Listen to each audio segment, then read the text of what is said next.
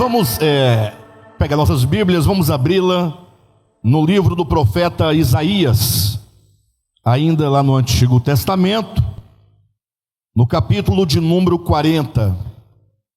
Capítulo de número 40. Livro do profeta Isaías, capítulo de número 40. Bom, vamos ler do versículo 1 até o versículo 8. Ou melhor, até o versículo 9. Todos encontraram? Então acompanhe a leitura, acompanhe com o seu coração, com o seu entendimento. Deixa Deus falar com você esta manhã. Diz assim o texto, amados, olha: consolai, consolai o meu povo, diz o vosso Deus. Falai ao coração de Jerusalém, bradai-lhe que já é fim do tempo de sua milícia, que a sua iniquidade está perdoada e que já recebeu em dobro das mãos do Senhor por todos os seus pecados. Versículo 3: voz do que clama no deserto, preparai o caminho do Senhor, endireitai no ermo vereda para o nosso Deus. Todo vale será aterrado e nivelados todos os montes e outeiros. O que é tortuoso será retificado, e nos lugares escabrosos aplainados. A glória do Senhor se manifestará, e toda a carne haverá, pois a boca do Senhor o disse. Uma voz diz: clama, clama. Uma voz diz: clama. E alguém pergunta: que hei de clamar? Ora, clame dizendo que toda a carne é erva, e toda a sua glória como a flor da erva. Seca-se a erva e caem as folhas, as flores, soprando nelas o hálito do Senhor. Na verdade, o povo é erva. Seca-se a erva e cai a sua flor, mas a palavra de Deus, de nosso Deus, permanece eternamente. Tu, ó Sião, que anuncias boas novas, sobe a um alto monte. Tu que anuncias boas novas a Jerusalém, ergue a tua voz fortemente, levanta-a, não temas, e dize às cidades de Judá: eis aí está o vosso Deus. Bem, dessa porção eu quero apenas começar colocando em relevo dois momentos aqui, quando é dito para o profeta dizendo: clama. É Deus dizendo ao profeta Isaías, mas referindo-se ao profeta que havia de vir, que seria João Batista. Essa aqui é uma profecia referente a João Batista, que haveria de vir, e a voz diria para ele: clama. E ele pergunta: ora, mas o que eu hei de clamar? Qual é o teor da profecia? Qual é o teor do clamor? Qual é o teor da mensagem? O que se deve proclamar ao povo, no caso de Jerusalém? E aí Deus responde: clama dizendo o seguinte: toda carne é erva. Assim diz o Senhor: toda carne é como a erva, caem suas folhas, ou secam-se suas folhas, caem suas flores, ou vice-versa, mas a palavra do Senhor permanece para sempre. Então, coloca isso no seu coração neste momento, que a mensagem profética que o profeta João Batista haveria de clamar, dentre outras coisas, é mostrando para o homem quem é o homem. Ou seja, a mensagem de João Batista, ela traz como teor, primeiramente dizendo: olhe para você mesmo. O que você pensa acerca de si mesmo? O que você pensa acerca da vida humana? E aí a mensagem é: toda carne é erva. Olha para o seu irmão, sem jargão. Se também não quiser fazê-lo, não faça. Isso é uma baita de uma bobagem. Mas seria interessante se você olhasse bem nos olhos do seu irmão e dissesse assim: erva, sua erva.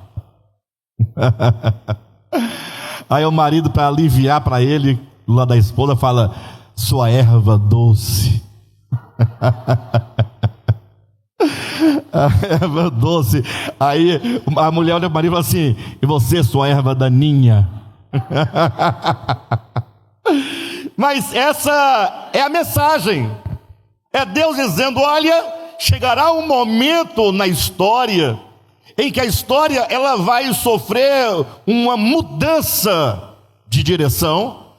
Vai ser um momento histórico da humanidade, em que haverá uma grande travessia da humanidade, e nessa travessia a mensagem que se faz para aqueles que atravessarão para o outro lado é: todo homem é erva, ou que seja como a erva, algo que em si mesmo, na sua existência em si mesma, passa.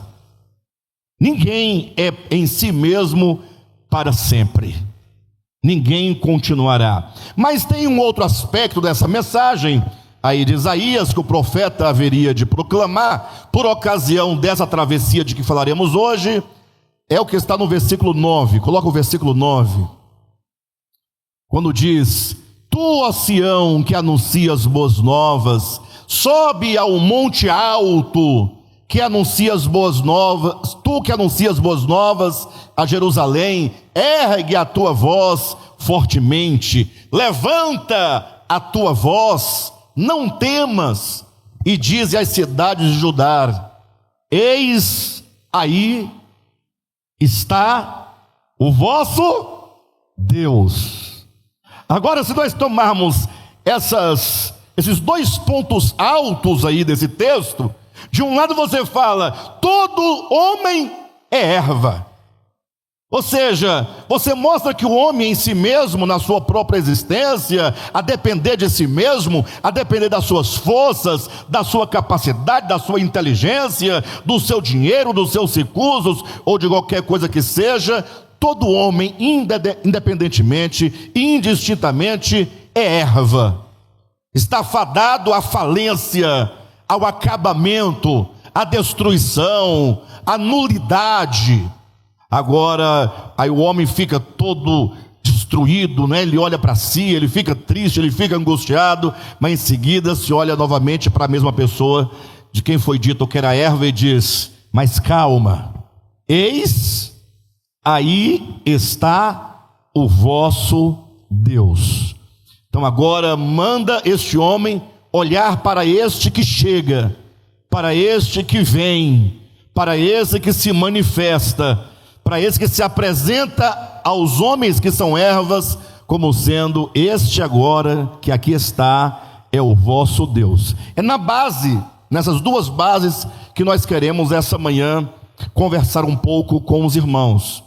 É o início de uma série que deve durar 3 ou 4 mensagens, uma série intitulada Travessia. Travessia é algo que todos nós certamente teremos de enfrentar. Mais cedo ou mais tarde nós teremos que sair de um estágio, o atual estágio no qual estamos, e passar para uma nova fase, um novo estágio. Mas essa passagem de estágio, né, poderíamos até usar em termos bíblicos para vocês entenderem, quando Paulo vai dizer aos romanos que a salvação, que a justificação pela fé, essa experiência de salvação, ela acontece de fé em fé. Ela acontece, como diz Paulo aos Coríntios, de glória em glória, de estágio em estágio. Então, é fato que o homem, na sua experiência, ele precisa evoluir, ele precisa crescer, ele precisa de sofrer mudanças profundas na sua alma, na sua consciência, no seu coração. Então, este homem, ao longo da sua existência, ele deve passar por várias travessias, né? Cada travessia o coloca num plano à frente, coloca num novo momento, numa nova experiência, até que um dia ele possa fazer a grande travessia da sua vida. A grande travessia, quando nós atingirmos a plenitude de varão perfeito, que é o alvo, eu imagino, de todo cristão verdadeiro. Quando um dia você se converteu a Jesus Cristo, você deve lembrar, porque geralmente é uma experiência muito marcante, quando um dia você ouviu o Evangelho, você passando por uma série de situações, aí veio o Evangelho como um bálsamo, como esperança, você ouviu falar de Jesus, e você então foi tocado pelo Espírito de Deus, foi iluminado no seu coração, e aí você creu em Jesus, e você começou uma jornada cristã, começou uma vida cristã, e daí para frente agora você está num caminho, sempre avante em direção ao que Paulo vai chamar o prêmio da soberana vocação em Cristo Jesus. Bem, mas um dos problemas que logo nos acometeu depois dessa experiência, foi que entregaram para nós, presta atenção, uma cartilha, como que o povo de Israel lá no Antigo Testamento recebeu os 10 mandamentos, como se fosse um livro de conduta. E aí o pastor falou para você o seguinte, que agora que você é um crente, você tem que seguir aquela regra. Quais regras que nos foram passadas? Quem lembra de algumas das regras que nos foram passadas? No seu tempo, Zi, você lembra de alguma regra que, isso você não pode fazer a partir de agora? Jogar bola, você não podia jogar futebol, né? Imagina você, músico, também não podia tocar nenhum tipo de música que não fosse uma música definida, né, pelo quadradinho do gospel, né? Só pode tocar Oséias de Paula, Shirley Carvalhais, Álvaro Tito, né? Grupo Logos, na época era Grupo Elo, depois foi para o Logos, né? Cassiane, a Cassiane é mais para cá, mas de todo modo, foi falado que você não podia ir a uma festinha de aniversário, se porventura a criança que tivesse feito aniversário fosse do mundo, né? Os pais não são da igreja, os pais são do mundo, logo a criancinha também é do mundo, e na festinha da sua sobrinha vai passar lá música da Xuxa, então você não vai, porque não dá, é pecado, aí não pode ir ao cinema, não pode isso, não pode aquilo, e entre as coisas que não podiam, tinha umas coisas que você era obrigado, né? Ir ao culto, dar o dízimo, né? E fazer isso, aquilo, outro, lembrando das irmãs que na época eram as que mais sofriam, porque ser homem é fácil. Se homem você colocava na época uma calça de tergal, um sapato Vulcabras, lembra? Uma camisa social, pronto, virou crente. Agora a irmã não, a irmã tinha mais dificuldade, porque o peso sobre elas era bem maior, não é? Não pode cortar cabelo, não pode pintar unha, não pode arrumar o cílio, não pode usar um batom, não pode usar um blush, não pode usar uma calça esporte, não é por dizer calça esporte, não pode isso, não pode aquilo outro, enfim, nos deram uma cartilha, e aí quando você começou a cumprir aquela cartilha, você então foi te deram o título de alguém santificado, alguém que está salvo, está de acordo com as regras, e você, portanto, sentia-se que estava em condições plenas, né? Ou seja, o seu problema estava resolvido. Por quê? Porque você conseguia cumprir todo aquele estatuto de usos e costumes que te deram. Isso foi um grande erro que aconteceu, que nos atingiu, porque não nos disseram que a vida cristã não é cumprir regulamentos, não que o regulamento em si mesmo seja mau, não, mas é que o regulamento que determina a conduta e a forma exterior não é capaz de resolver o nosso problema interior. É por isso que, a despeito de o quão santo você, de acordo com aquele padrão, era, você tinha profundos problemas de inimizade, de falsidade, de fidelidade, problemas conjugais, problemas com a mentira, problemas com o engano, ou seja, uma série de problemas dos quais nós nunca conseguimos nos libertar efetivamente. Ou seja, a forma exterior estava bonita, porque você tinha cara de crente. O que é cara de crente? Você olha para um crente, você conhece um crente. Bem, hoje não se conhece tanto mais, mas antigamente, quando nós nos convertemos lá atrás, crente tinha cara de crente, né? Cabelo, a forma, modo. Você viu um homem no calor de meio-dia, vestido de calça de tergal e blusa até aos punhos, é crente, não pode ser outra coisa, né? A não ser que tivesse um problema de cabeça, essa pessoa que tem dificuldade, mas fora isso, tem que ser crente, não é? Bem, de todo modo, aí nós tínhamos aquela aparência exterior, a irmã com cara de crente, cabelo de crente, roupa de crente, o coque, né? Aquele coquinho, tal, etc. Tinha umas irmãs que tinham uns cabelos, tinha muito cabelo, e cabelo bonito, aquele cabelo bem, né? E aí elas faziam um rabinho de cavalo aqui em cima, bem assim no tronco da cabeça aqui, que ficava aquele cabelo bonito. Aí disse que era pecado, era rabo de cavalo, era pecado. Ou seja, o problema a irmã não podia ela não podia se arrumar para parecer bonita, não podia. O problema tinha que ser feia. Quanto mais feia, mais crente. Por isso que tinha uma sobrancelha, parecia uma cobra passando assim no meio da cara, sovaco cheio de cabelo, as pernas cabeludas, a cara pálida, não pode passar nada, tudo esquisito.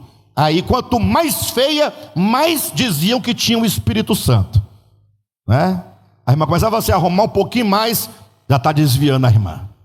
Foi muito sofrimento essa época. Minha mãe, coitada, mas sofreu.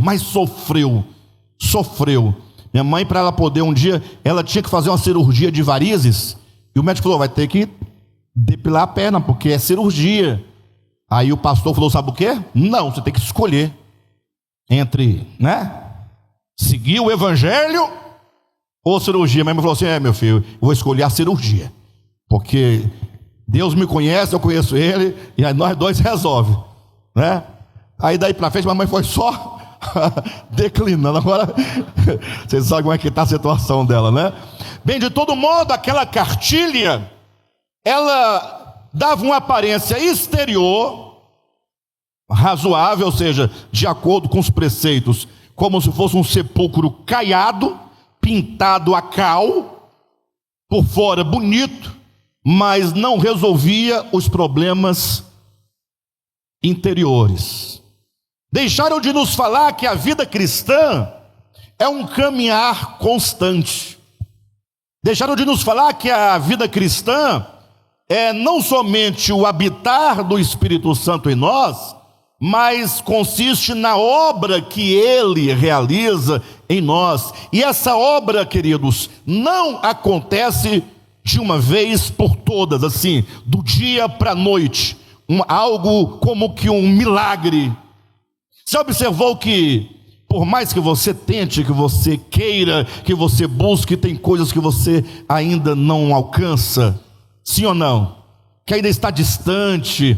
Você fala, poxa, eu queria tanto ser melhor, mais amável, mais meigo, mais compreensível, mais isso, mais aquilo outro, mas nós temos tanta dificuldade. Isso porque a obra de salvação, ela acontece de estágio em estágio.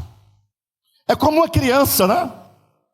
Que quando adulta, ela será adulta, mas até chegar lá, ela vai passar por várias fases, por vários estágios, e que não somente são estágios de aprendizado intelectual, mas sobretudo estágios de crescimento humano, de crescimento espiritual. É uma consciência que vai se expandindo, não é? É uma mente que vai amadurecendo, É um conhecimento não metódico, mas é um conhecimento da vida, da existência, é um conhecimento interior do coração.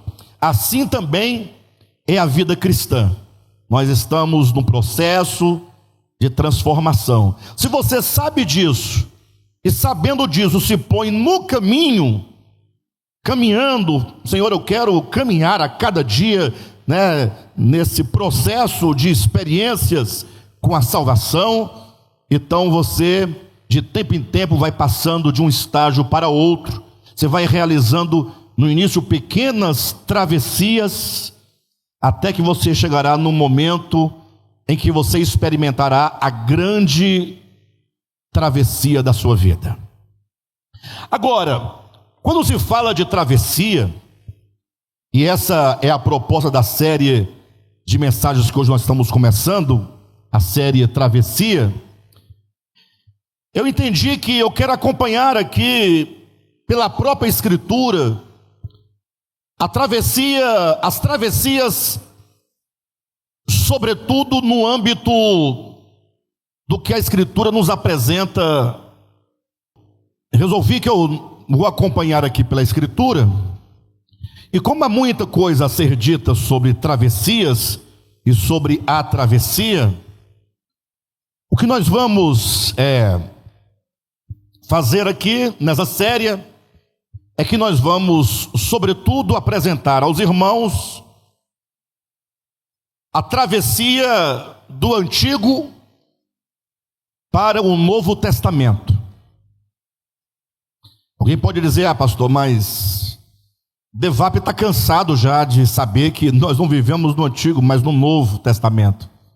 Mas o que nós vamos apresentar é demonstrar aos irmãos qual é a natureza do Antigo Testamento, numa relação de oposição à natureza do Novo Testamento. Ou seja, o Novo Testamento vai nos apresentar realidades espirituais acerca de Deus, de Jesus, na nossa experiência. Ao passo que o Antigo Testamento, ele apresenta as mesmas coisas que o Novo, mas sem nenhuma realidade espiritual. Ou seja, a grande diferença, preste atenção, do Antigo para o Novo Testamento, é que o Antigo Testamento fala sobre Deus, fala acerca de Deus, fala acerca do reino de Deus, mas ele se apresenta numa forma, diríamos, apenas pedagógica, apenas numa forma intelectual. O Antigo Testamento fala de Deus, da vontade de Deus, do reino de Deus, mas ele fala por intermédio de coisas. Isso porque o Antigo Testamento, a sua natureza é uma natureza de simbologia, ela aponta para uma realidade vindoura. A grande questão é que, ao transitarmos do Antigo para o Novo Testamento, nós pegamos o ensinamento acerca de Deus, da sua vontade, do seu reino, que estão aqui nas páginas do Novo Testamento, da Bíblia cristã, e passamos a carregar esses ensinamentos acerca de Jesus, também de uma forma intelectual. Ou seja, quando isso acontece, não há travessia alguma. Digamos que de um lado, para vocês entenderem, tem aqui o pastor Josué. Entenda, vamos colocar aqui em tese que ele seja alguém que ainda defende e vive no Antigo Testamento. Aí ele vai falar assim: olha pessoal, nós temos que guardar o sábado. Um exemplo, tá, Josué? Ora, nós temos que praticar as festas. São as 7 festas que estão lá. Praticar a festa dos pães ázimos, a festa da Páscoa, a festa do Pentecostes, as festas disso e daquilo outro. E ele continua dizendo que nós devemos seguir à risca a lei da dieta do povo de Israel. Levítico 11, não se pode comer peixe de couro, não se pode comer carne de porco, não pode comer camarão, não pode comer coelho, não pode comer lebre, essas coisas todas. E aí do lado de cá, tem ali nosso irmão Hélio. E o Hélio fala: não, gente, como que o Josué, parece que ele nunca leu a Bíblia. Ele não sabe que nós vivemos no Novo Testamento. E aí o Hélio vai agora fazer uma defesa do Novo Testamento. E qual é a defesa que ele vai dizer? Josué, quem vive no Novo Testamento, não está sujeito a essas leis que caducaram, que passaram, que não tem vigência, que não tem vigor para nós nos dias de hoje. Nós não temos mais a lei do dízimo, isso é coisa do Antigo Testamento. Aí ele vai argumentar: não temos que guardar o sábado, porque Cristo é o nosso descanso. Nós não temos que guardar as festas lá do Antigo Testamento, porque elas falam da obra de Cristo, e Cristo já foi o cordeiro que já foi imolado. Nós não precisamos nos submeter à lei da dieta alimentar de Levítico 11, porque aquilo representava uma situação, mas agora podemos, Novo Testamento, não há nada. Aí eu pergunto: essa relação aqui, entre os dois, totalmente opostas, será que a solução de Deus é exatamente essa aqui? Colocá-lo em oposição teórica, em oposição doutrinária ao que era? Então aqui ele fala que tem que ter o sábado, sim? E aqui, não, Jesus é o sábado. Não, Jesus é o sábado não. Eu quero saber se você tem o descanso. Porque se Cristo é o sábado, se Cristo é o descanso, você só terá efetuado a sua travessia do antigo para o novo quando você deixa a sombra e assume a experiência da realidade espiritual do sábado. Do contrário, estaremos apenas defendendo dogmas. Ali defendia dogmas, aqui se defende dogmas. Sabe por que o cristianismo não avança? O cristianismo como um todo, e a própria vida cristã, da maioria dos que se dizem cristãos, não tem mudança real e essencial, porque nós falamos do Antigo Testamento, mas vivemos exatamente como eles viviam, vivendo no âmbito da ideia do que é verdade, do que é a verdade. Estamos defendendo dogmas, defendendo doutrinas, e este não é um ensinamento. Por isso que o que nós queremos apresentar hoje é exatamente esse momento crucial de transição do Antigo para o Novo Testamento, quando ali surge o profeta João Batista. João Batista é aquele que, dentro do âmbito da Escritura, da história, é o profeta que aparece para chamar as pessoas que viviam sob, a égide, viviam sob o controle da antiga aliança, o domínio da lei de Moisés, para eles fazerem a transição, a mudança para o Novo Testamento. Quando você olha para João Batista, ele é o profeta enviado exatamente para preparar o caminho do Senhor. Agora, pensem comigo, coloca por gentileza aqui Mateus capítulo 3. Eu quero que os irmãos pensem comigo esse texto. Muito bem, olha o que diz a Escritura. Naqueles dias, apareceu João Batista pregando no deserto da Judeia. E ele dizia: arrependei-vos, porque está próximo o reino dos céus. Segue adiante. Porque este é o referido por intermédio do profeta Isaías: voz do que clama no deserto. 2 pontos. Preparai o caminho do Senhor e endireitai as suas veredas. Aqui está a grande questão. Já parou para pensar nessas palavras tão simples e tão conhecidas, inclusive aqui no Devap, tão pregadas, tão ministradas, mas olha o que é dito sobre João Batista. João Batista era a voz que clamava no deserto. Bem, o que ele clamava? É a pergunta. Ele clamava Preparai o caminho do Senhor? Não, não. Ou voz do que clama no deserto? No caso, João Batista, que é chamado voz do que clama no deserto. Quem era João Batista? Ele era a voz. A voz de quem? Daquele que clamava. Quem clamava? Deus clamava. É Deus clamando ao homem. Mas Deus, para falar ao homem, precisa de um canal humano. Logo, João Batista é a voz do que clama no deserto. Então diz, voz do que clama no deserto, preparai.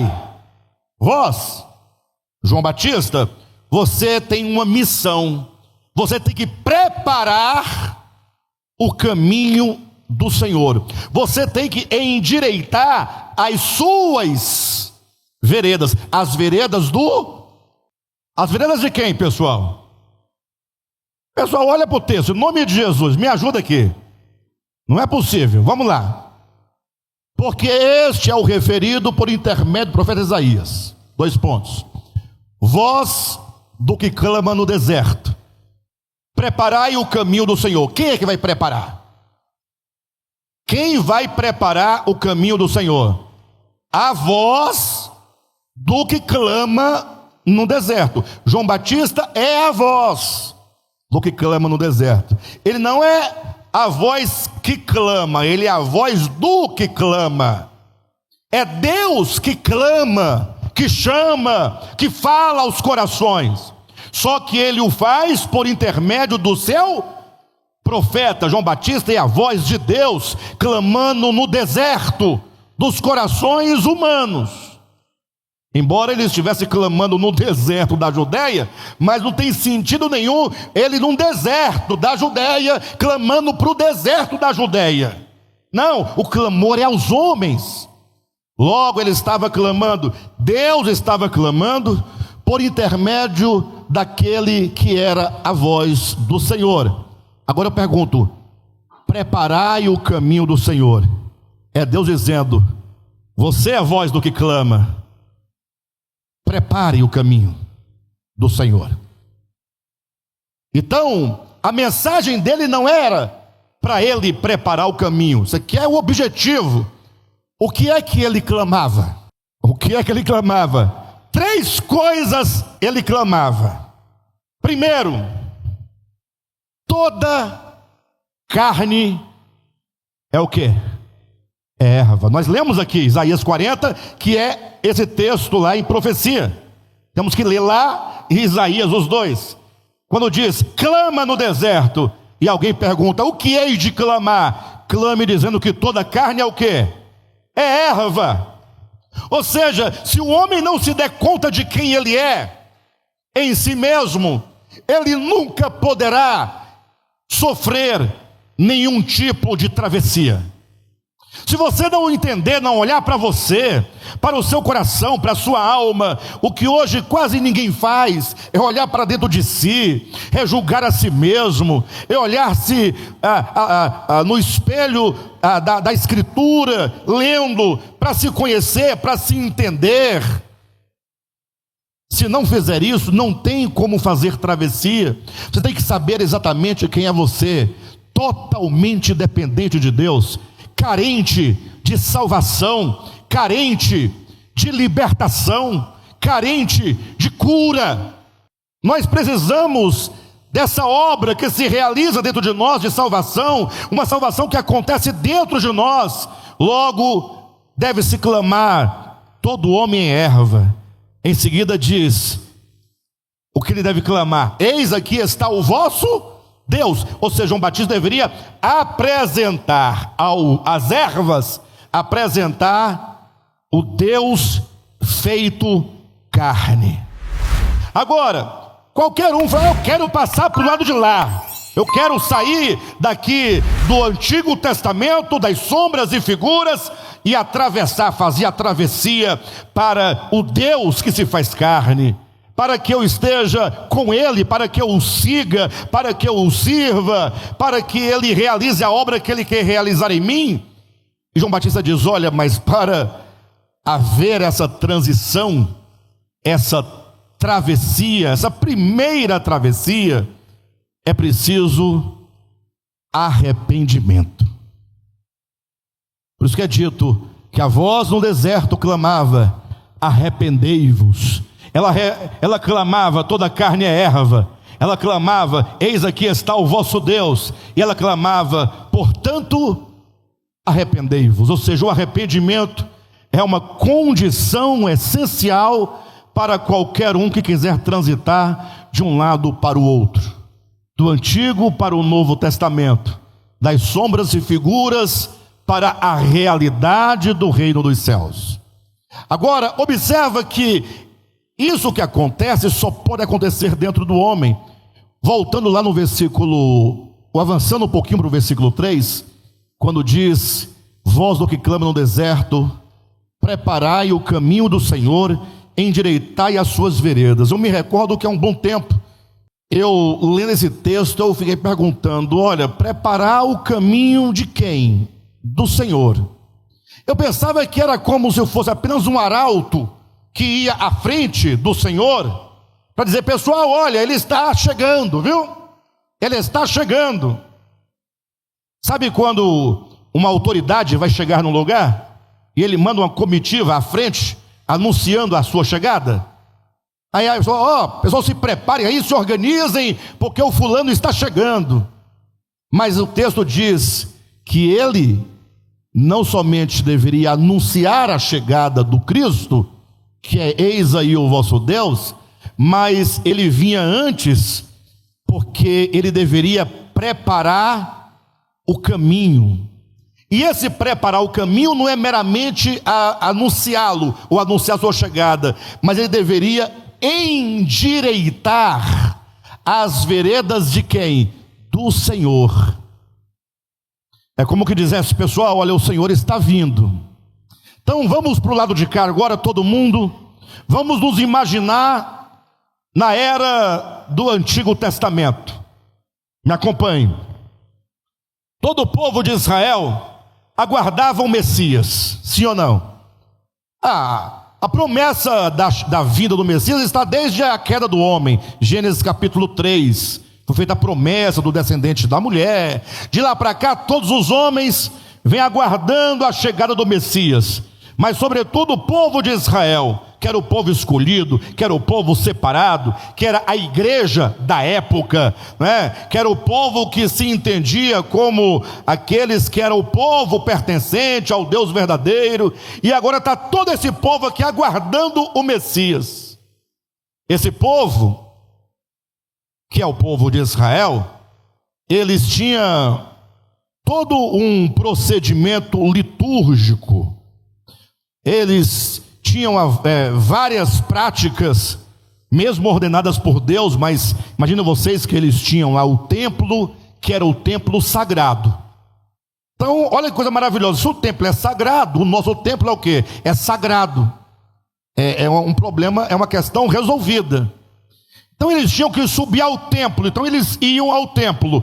Chegando lá, tinha que oferecer um animalzinho. Aqui está um animalzinho, matava um animalzinho sobre o altar. Aí o sacerdote fazia toda a cerimônia, levava o sangue, fazia isso. Os levitas cantavam. Ou seja, aí tem que guardar o dia sagrado, que era o sábado. Eles não trabalhavam nesse dia. E aí então vinham as festas, festa da Páscoa, e eles iam realizando tudo aquilo. Aí chegou o momento que o Cristo anunciado, o Messias, ele vai chegar. Quem está entendendo? Mas é aqui exatamente onde eu precisaria que os irmãos se esforçassem para compreender o que eu estou passando para vocês, porque de fato, eu sou honesto, é um pouco complexa a questão. Porque o mais fácil é você falar: não, Jesus vai chegar, o Cristo vai vir, João Batista vai anunciar, eles vão seguir Jesus. Porque é assim que nós lemos a Bíblia, sim ou não? Mas olha o que o texto bíblico está dizendo. João Batista chegou o momento de pegar todo esse povo que vive a esperança do Messias, baseado nessas coisas que são o templo, os sábados, os sacerdotes, os altares, as ofertas, os dízimos, as festas, né? Os sacrifícios. É a hora de eles se encontrarem com o Messias prometido. Só que esse encontro não é um encontro ocasional, nem meramente histórico. Este encontro é um encontro que deverá acontecer dentro do próprio homem. João Batista, diga a eles que toda a carne é erva. Diga, eis aí está o vosso Deus. E diga para eles que os caminhos do Senhor, os caminhos do Cristo, por onde ele vai caminhar, esses caminhos estão tortuosos. É aí onde se pergunta, ora, se os caminhos do Alexandre são tortos, é natural que vocês entendam, sim ou não? Que os caminhos do Josué são escabrosos? Eu achava que não, né? Mas como ele é pecador, então ele é erva, então tudo bem, dá para entender. Agora, como podem os caminhos do Senhor, do Senhor, serem tortos? Já se perguntou sobre isso? Como podem as veredas do Senhor serem tortas? E João Batista deveria endireitar as veredas do Senhor. Preparar o caminho do Senhor é endireitar as veredas dele. Que veredas são essas? Que deveriam ser endireitadas, senão as veredas dele, que estão no seu coração, no meu coração, porque é aqui dentro de mim onde o Senhor quer entrar, quer caminhar e quer efetuar toda a sua obra. Ou seja, como vai dizer, João Batista vinha para endireitar os caminhos do coração humano, que são as veredas de Deus, porque é aí onde ele deve caminhar. João Batista deveria, como é dito, que todo vale será aterrado. Ou seja, imagina só, as veredas de Deus, agora tem um vale no lugar dessas veredas. Como é que ele vai caminhar dentro desses vales? E tem também lugares em que o lugar do caminho tem montanhas, tem outeiros. E é dito, olha, para Cristo entrar na sua vida, vai ter que aplanar esses outeiros, vai ter que aterrar os vales, tem que endireitar essas veredas, para que Cristo entre na sua vida. E para tanto, eu acredito que o DEVAP, não sei se vocês sabem, mas nós temos 25 anos de ministério. Desses 25 anos, uns 15 anos, nós passamos falando da necessidade de deixar o Antigo Testamento e nos firmarmos no Novo. Quem lembra disso? Escrevemos praticamente 2 livros que falam disso. O primeiro livro que escrevemos era sobre dízimos e ofertas à luz da Bíblia. O pior livro que nós, ou melhor, é um livro muito bom, mas o livro que mais nos fez mal foi o livro Dízimos e Ofertas à Luz da Bíblia. Quem tem esse livro em casa? Esse mês passado, a Silvia encontrou na casa da minha mãe a primeira edição, azulzinho. Aí eu não tinha, a minha mãe me deu, eu guardei lá em casa. Dízimos e Ofertas à Luz da Bíblia. Quem já leu? Te fez bem ou te fez mal? Não responda. Por quê? Porque esse livro, ele fala que o dízimo é coisa do Antigo Testamento, ponto. Isso é ponto pacífico. O pastor que tenta enxergar no Novo Testamento o dízimo, ele vai ter que apelar para 2 textos. Mateus capítulo 23 e Hebreus capítulo 7. Em ambos os lugares não há mandamento de dízimo no Novo Testamento. Primeiro que Mateus não é Novo Testamento. Vocês sabem disso, né, pessoal? Mateus não é Novo Testamento. O Novo Testamento, ele é assinado com a tinta do sangue de Jesus derramado no Calvário. Logo, Mateus 1, 2, 3, 4, 5, até o 26, ainda é um período de transição, é um povo transitando para uma nova aliança que se estabeleceria na cruz. Então, Mateus 23 não é Novo Testamento, é Jesus conversando com os fariseus, que estava ainda sob o regime do Antigo Testamento. Então, é bobagem querer trazer ele para cá. E Hebreus também não está falando de dízimo, está falando de Abraão e de Melquisedeque, de quem é superior a quem, só isso. E aí, para poder resolver a questão de quem é maior do que quem, se é Melquisedeque maior que Moisés, maior do que Levi, ou Levi maior que Melquisedeque, aí tem que ir lá para a história de Gênesis 14, onde fala do dízimo de Abraão. Mas não é mandamento, é só uma história que está lembrando para poder entender o presente. Perfeito? E aí então a pessoa lê, e agora ela fala: bem, eu agora sou do Novo Testamento. Me dá uma prova que você é do Novo Testamento. Eu não dou dízimo. É a prova. Eu não estou pedindo dinheiro para ninguém não, tá, irmãos? Talvez é porque esse exemplo seja o exemplo mais prático. Ou seja, você dava o dízimo por obrigação de lei, com medo dos demônios, porque disseram que aqueles gafanhotos eram demônios, e se você ler direitinho lá, os gafanhotos eram gafanhotos mesmo. Fala de demônio.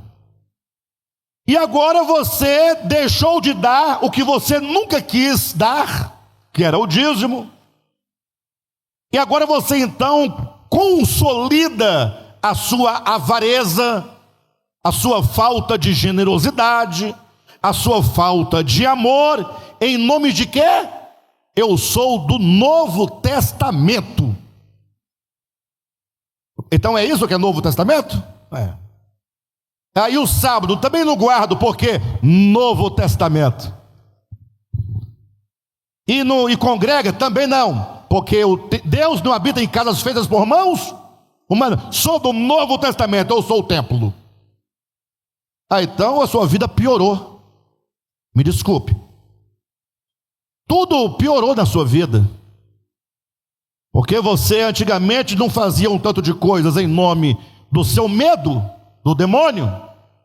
E agora você faz de tudo em nome da liberdade, ou de uma pseudo-liberdade, de um testamento que me parece, olhando grosso modo, é inferior ao outro, porque o outro de alguma maneira restringia, segurava o camarada num caminho, ainda que fosse por medo, mas eu te seguro aqui.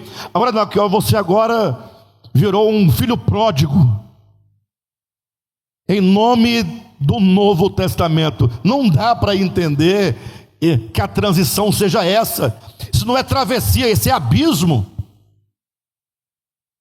Passamos 15 anos, depois escrevemos um outro livro que também nos fez muito mal, chamado Odre Velho e Vinho Novo. Calma, são 2 livros, Dízimos e Ofertas e Odre Velho, livros excelentes. Mas por que nos fizeram mal? Porque nós pegamos a serpente pela cabeça. Pela cabeça. E não pela cauda. Deveríamos pegar pela cauda. Pegar pela cabeça é pela lógica. Você vai pegar uma serpente, a lógica é você pegá-lo pela cabeça, sim ou não? Não é? Todo mundo vai por aqui.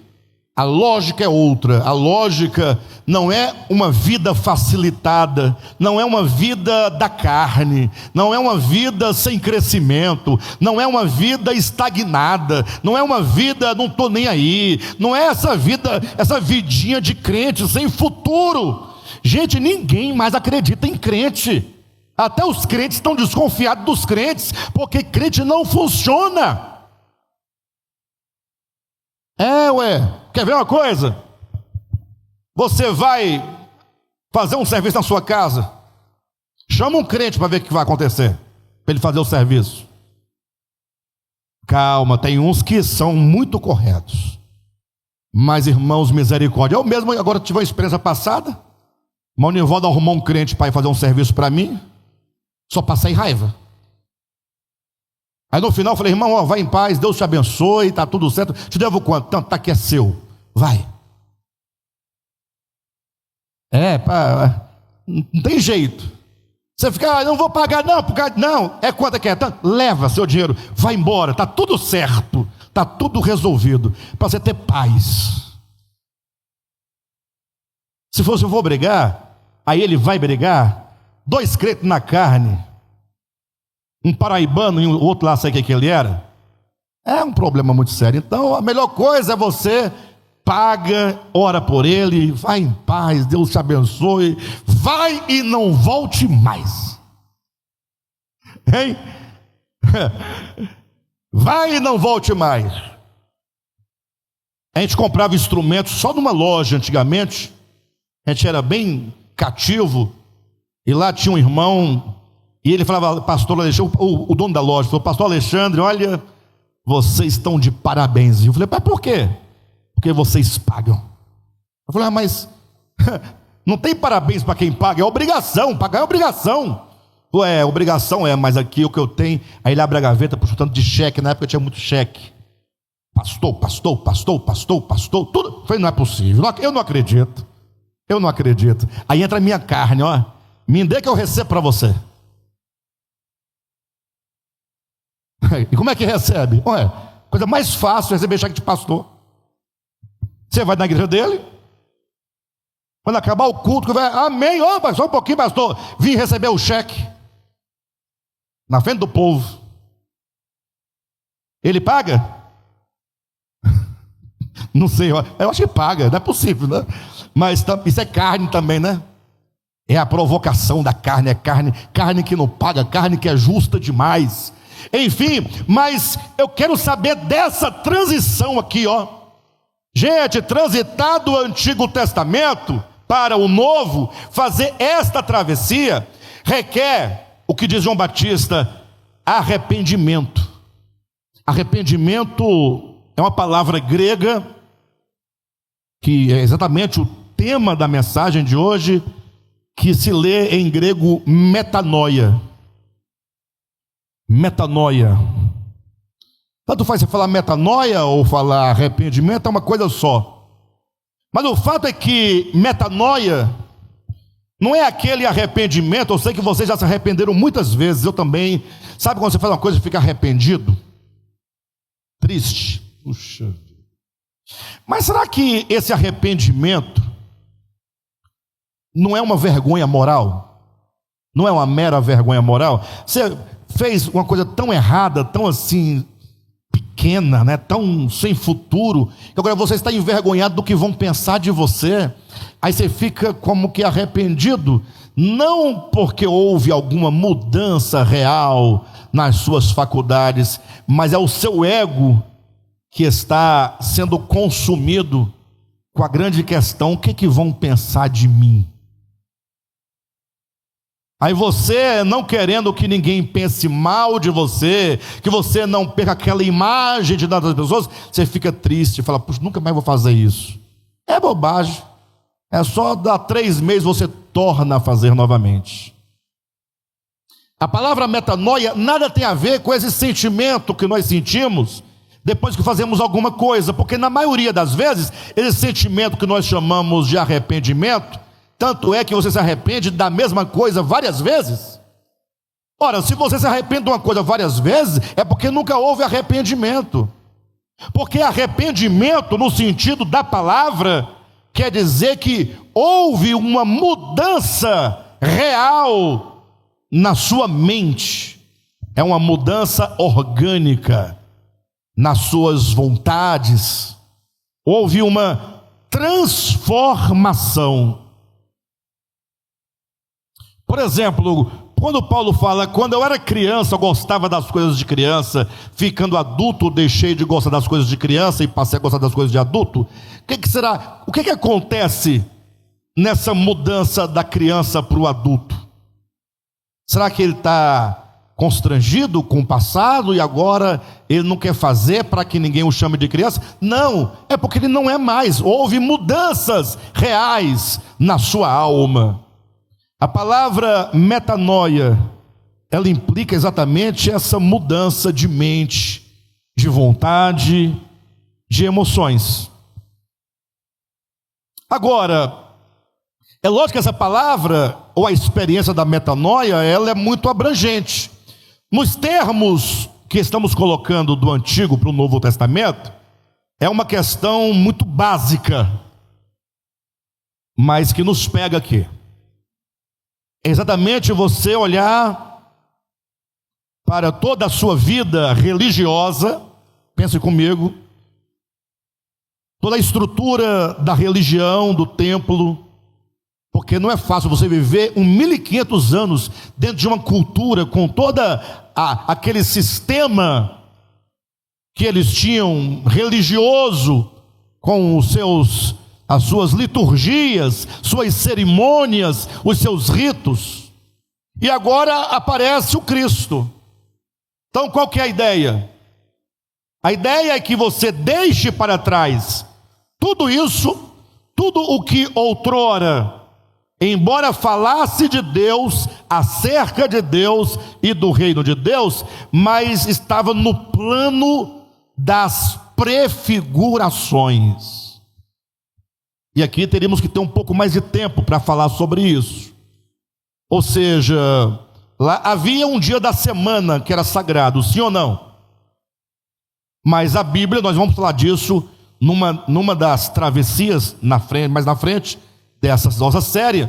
Mas o fato é que aquele dia da semana, no qual não se podia trabalhar, se tinha que ter descanso, ele era um dia que apontava para um descanso verdadeiro.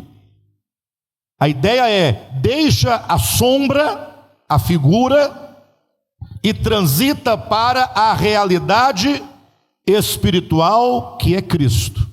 Cristo se apresenta agora com a mensagem de João Batista como sendo aquele em quem todas as profecias do Antigo Testamento, todas as sombras e figuras se concretizam numa pessoa,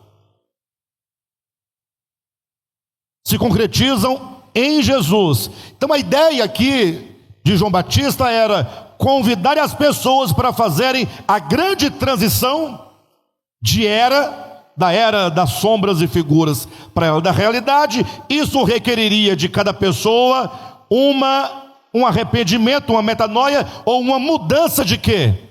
De mente, mudança de compreensão. E é aqui onde a coisa talvez seja mais complicada do que tudo, porque se para eles, os judeus, foi uma transição muito difícil, não sei se vocês sabem, mas mesmo aceitando o batismo, muitos, e seguindo Jesus, eles não entenderam quase nada dessa mudança. Tanto é que mesmo depois da morte de Jesus, eles também não tinham entendido nem a morte de Jesus. E mesmo depois da ressurreição, vendo Jesus, muitos dos apóstolos continuavam incrédulos acerca da própria ressurreição. Os apóstolos, depois de virem Jesus vivo, continuaram ainda por um tempo incrédulos. Lógico, não foi depois do Pentecostes, mas naquela transição dos 40 dias da ressurreição até o Pentecostes, leia depois os evangelhos desse período, e toda vez que Jesus aparece, ele reprova a incredulidade dos apóstolos, que tendo visto ainda não criam.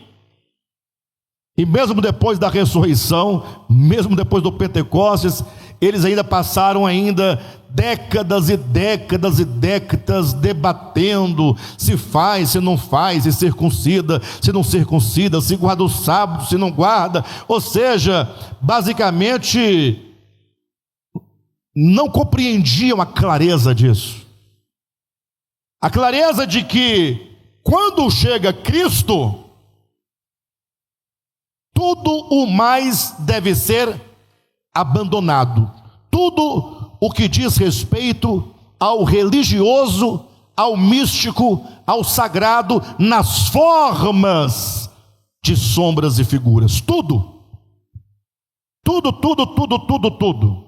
Inclusive a oração, o jejum e qualquer coisa que você faça que não seja Cristo e está somado a Ele. Exemplo, Jesus é tudo, amém? Ele é tudo? Jesus é tudo ou não é tudo? Agora, se eu não jejuar, eu não tenho isso ou aquilo outro. Não, então Jesus não é tudo, Jesus é quase tudo. Você tem Jesus mais o jejum. Pastor, mas os apóstolos jejuavam. E se eles jejuavam, por que nós não devemos? Não, eles jejuavam pelos motivos e razões corretas. Foi o cristianismo quem te ensinou que você tem que ter Jesus mais jejum. Os apóstolos não tinham Jesus mais jejum, tinha só Jesus. Jejum era algo que nascia e brotava do espírito deles. Mas eles não faziam jejum por barganha, não faziam jejum para. O jejum deles era algo necessário da própria alma. Você fala, Jesus é tudo, sim ou não, pessoal? Ele é tudo. Mas se não orar, Deus não abençoa. Então Jesus não é tudo, porque tem Jesus mais. Ora, pastor, mas nós não devemos orar ou não? Sim, pelas razões corretas. Você deve orar porque você tem necessidade espiritual de ter comunhão com Deus por meio do seu espírito. Não é que se você é mais ou menos um casal, sabe aquele casal que a mulher fica conversando o dia todinho, não para nunca? Alguém já viu? Já viu não? E o homem é o oposto, não fala nada. Lá em casa é mais ou menos assim, eu sou calado ao extremo. E a Jane já fica inventando assunto. Ela inventa um assunto, emenda no outro, e vai emendando. Em 5 minutos ela fala uns 10, 15 assuntos. E eu estou lá, como diz o Jovan, tomando a cruz. Não é? Aí ela fala assim, meu bem, dando um exemplo, tá, irmãos? É só um exemplo. Você tem que falar, você tem que conversar com a gente. Aí o marido falou o quê? Tá bom, o que você quer conversar? É mais ou menos a oração. Quando você fala que tem que orar para, fala, tá bom, então vamos orar. Aí você vai orar, mas a oração não brota do coração, não é do espírito, não é comunhão, não é a vontade, mas é porque tem que orar, porque se não orar, aí você fica aquelas orações longas, cansativas, enfadonhas, mas você ora porque tem que orar. É horrível você orar quando tem que orar. E o pior, você pega um irmão daqueles bem santo que quer orar mais que todo mundo. Ele quer orar, ele quer pegar a oração de todo mundo e orar sozinho. Aí fica todo mundo de mão dada ali, ó. O irmão não acaba no coração. O irmão muda a perna, a posição da perna. Aí muda para o lado de lá. Aquela coisa enfadonha. Serve para que isso mesmo? Serve para que isso? Não, me responda, você que é crente. Isso é bobagem, para com isso, joga isso fora. Agora, se você ora, sabe quando você está com uma pessoa, você está conversando, batendo papo, aquela conversa está gostosa, e o tempo está passando, você não vê o tempo passar, e você conversa, porque é bom conversar, é bom estar perto, aquela pessoa é agradável, sabe, aquela conversa te edifica, ela te anima, ela é boa para você. Aí seria a oração pelo motivo correto, oração enquanto comunhão. Então não estou falando mal nem da oração, nem do jejum. Estou falando estou expondo a situação quando se torna a oração e o jejum mecanismos e se tornam, na verdade, também aqueles que estão competindo com Cristo ou estão servindo para completar o que Cristo não tem. Na verdade, você tem que olhar para Cristo e entender, Jesus, Ele é tudo, e nele deve estar posta a minha confiança. e eu preciso ouvir a Cristo. É Ele é o meu Senhor, Ele é o meu Salvador, Ele é o meu Deus, a Ele eu sirvo, é Jesus. E isso não é novidade, talvez alguns escandalizam com isso, mas agora já viu, agora é só Jesus. Onde já se viu isso? Só Jesus. Mas você quer alguma coisa a mais? Você acha que ele é pouco? Estou encerrando, mas só para poder fundamentar o que eu estou dizendo, há um texto que deixa isso muito claro para todos nós. Jesus, ele foi transfigurado diante de Pedro, Tiago e João, no conhecido Monte da Transfiguração. Na verdade é o Monte Tabor, né? Mas mais conhecido no meio da cristandade por Monte da Transfiguração. Então imagine só, você lá com Jesus, Pedro, Tiago, João e você. Aí lá no monte só vocês quatro olhando, Jesus um pouco mais distante. Daqui a pouco a gente olha para Jesus e ele começa a se transfigurar. Ou seja, ele começa a resplandecer, uma luz interior vai tornando a glória de Deus se manifestando no seu rosto, no seu corpo, nas suas vestes. Diz a Bíblia que Pedro, Tiago e João ficaram maravilhados quando olharam direito. Eles viram que à direita de Cristo estava Moisés e à esquerda estava Elias. Agora que o negócio ficou bom mesmo, Ora, pessoal, olha para mim, fala a verdade. Não seria bom? Fala para mim, um culto aqui do Devap. Mas agora, os irmãos já querem ir embora. Eu passei 5 minutos do meu horário, mas os irmãos agora doido para acabar a mensagem, acaba logo com isso. Mas de repente vocês vêm aqui agora em pé, Jesus, todo glorificado. Você queria ir embora? Imagine. Mais ainda se aparece Moisés do lado dele. Aí você fica, Moisés, que coisa maravilhosa, com as 2 tábuas da lei na mão, segurando. E do outro ainda, para melhor ainda, Elias. E mais ainda, para que Deus respondendo a oração do Pedrão no início, uns anjos voando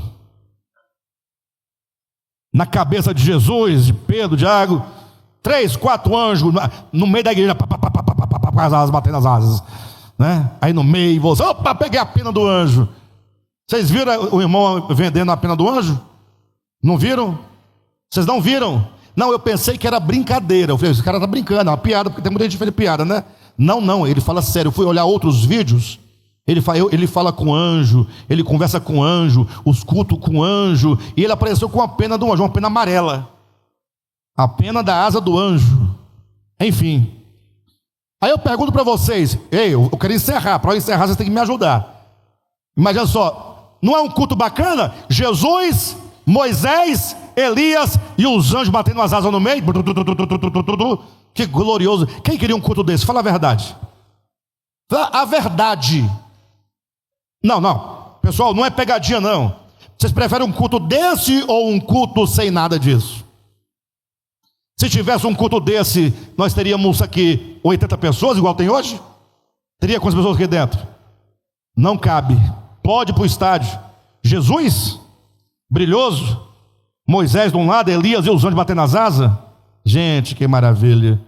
Pedro se empolgou diante daquele quadro e falou, Senhor, olha, não precisamos nem descer daqui. Vamos fazer 3 tendas. Uma para o Senhor, uma para Moisés e uma para Elias, e vamos ficar aqui. Bom é estarmos aqui. E aí a Bíblia é interessante, porque ela, a escritura, o texto bíblico inspirado, ele fala assim, olha, falava Pedro ainda. Ou seja, Pedro mal tinha acabado de propor as tendas, e a voz do Pai de dentro da nuvem o interrompeu, dizendo, este, apontou para Cristo, é o filho amado. Se você ler esse texto em Lucas capítulo, no livro de Lucas, lá vai deixar claro, este é o meu eleito, é o meu eleito, a ele ouvi. A quem você deve ouvir? A Moisés? Olha, nós vamos chegar, hein? A quem você deve ouvir? A Moisés? A Elias? Davi? Salomão? Tá. Paulo? Pedro? Martinho Lutero? Calvino? Bispo Josué? Não? Mas vocês ouvem ele toda semana aqui, ué? Quase toda semana. O Alexandre? Vocês ouvem ele toda semana aqui? Queridos, olha, eu estou disposto a ouvir qualquer um. Ué. Se Moisés vier, eu tenho que ouvi-lo, sim ou não? Eu devo escutá-lo, melhor dizendo. O fulano, tá. O que ele está dizendo? Nós só podemos receber uma palavra e colocar no coração se aquela palavra for Cristo. Porque nós devemos ouvir a quem? A Cristo. Lógico, quando diz a ele ouvir, não quer dizer não ouçais a Paulo. Não. Do contrário, por que você lê as cartas de Paulo? Quer dizer, toda a verdade e toda a realidade espiritual encontra-se em Jesus. Fora dele não há mais nada. Logo, quando eu leio Paulo, eu estou ali procurando por Jesus. E qualquer coisa que exceder, que não for Cristo, não devemos ouvir a ninguém, só a Cristo. Lógico que Paulo vai falar só de Cristo. Tem hora que ele fala coisas que não são Cristo, vocês sabiam? Só que ele fala dentro de contextos culturais, muito específicos, e ele não coloca como palavra de Deus, coloca como um aplicativo e não como princípio. Como no caso dos escravos, vocês lembram dos escravos? Só para vocês entenderem. Ô Filemão, receba aí de volta, mas receba como irmão. Ele manda retornar para lá, certo? Um escravo, tal. Mas em Gálatas, Paulo fala o quê? No corpo de Cristo não existe nem escravo e nem livre. Isso aqui é Cristo. E lá foi uma questão muito específica do tempo, do espaço, da cultura, mas não equivale ao Evangelho. Mulheres, fiquem caladas na igreja. Paulo diz isso? Isso é uma palavra de Paulo muito específica, dentro de um contexto específico, mas equivale ao Evangelho de Jesus? Estou perguntando para vocês. Jesus falando: vinde a mim, estou cansado, tal. Olha, as mulheres não podem falar. Não, quando a igreja se reunir, mulheres caladas. Jesus falando isso? Não. Afinal, a primeira pessoa a proclamar a ressurreição de Jesus, enviada por ele mesmo, foi uma mulher, Maria Madalena. Foi a primeira a ver e a primeira a anunciar a ressurreição, né? Então assim, Cristo, ele é toda a verdade e é a realidade de todas as coisas. O chamado de João Batista para essa transição é essa mudança que não somente naquele tempo aquelas pessoas precisavam sofrer, mas que sobretudo nós, no século 21, precisamos passar. A gente vai continuar falando sobre travessia nas próximas ministrações, tá bom?